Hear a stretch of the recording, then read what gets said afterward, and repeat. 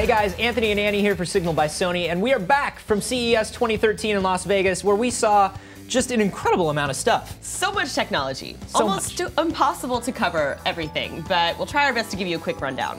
So last week we gave you a quick look at new gadgets announced at CES, like the Xperia Z, Bravia 4K TVs, plus a peek into Sony's future with some concept models. And actually, Anthony, looking at last year's CES, a lot of the concept models on the floor ended up becoming real products that year, like the A99 and the 3D head mount. So I'm pretty curious to see where this year's prototypes go. Yeah, what's interesting about that is they turned from prototypes into real products like that.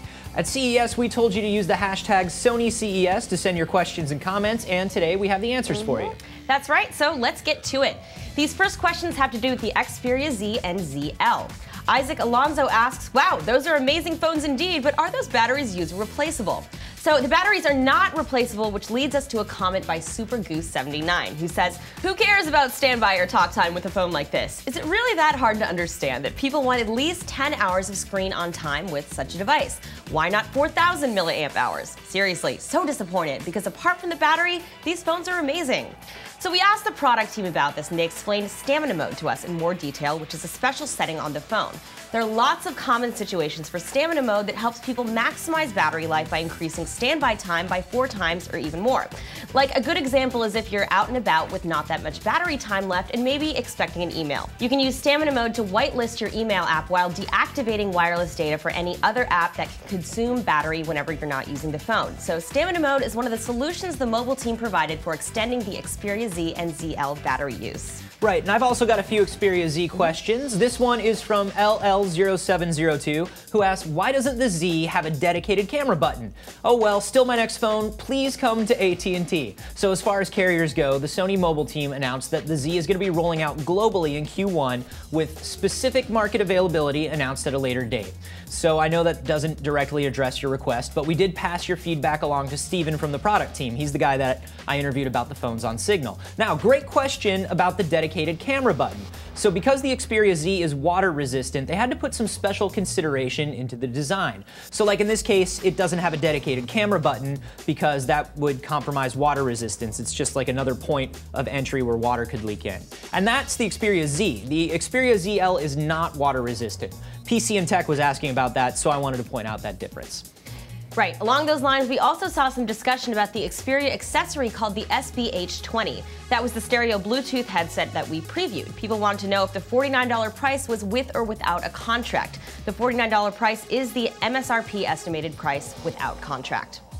Okay, so moving on to our next question from Last to Die 73, who asks, I wonder if it is possible to mirror games from the Xperia Z or any other NFC Sony phone to the W&T TV. Great question. Yes, one-touch mirroring allows you to establish a connection to your TV via NFC and stream the content via Wi-Fi direct to a compatible TV to essentially display any application that you have on your phone on your TV. This includes videos, music, and video games. We were over at the one-touch area of the booth, and I was really impressed with how many different devices could connect to one another with it. Yeah, and it was so easy, and it just takes all the pain away of like changing the settings on your phone and on your different devices to mirror things and get things on other. It's really convenient. Yeah, absolutely. Yeah. And speaking of TVs, these next questions are about Sony's new 4K TVs. So Guns and the Beast asks, how fast is it in hertz? The TV uses a 120 hertz panel with 960 motion flow XR. That is Sony's highest level, and it's especially useful for fast-moving action like sports and gaming. I also saw some Signal fans like Azur Lazordi and Papo1990 who were curious as to whether the Bravia 4K TVs were OLED or LED LCD panels. He also wanted to know if the TVs are backlit or edge-lit. So the Sony TV team made 2 different 4K announcements. They did announce a 56-inch 4K OLED TV prototype, and that was on the floor, but it was just a concept model.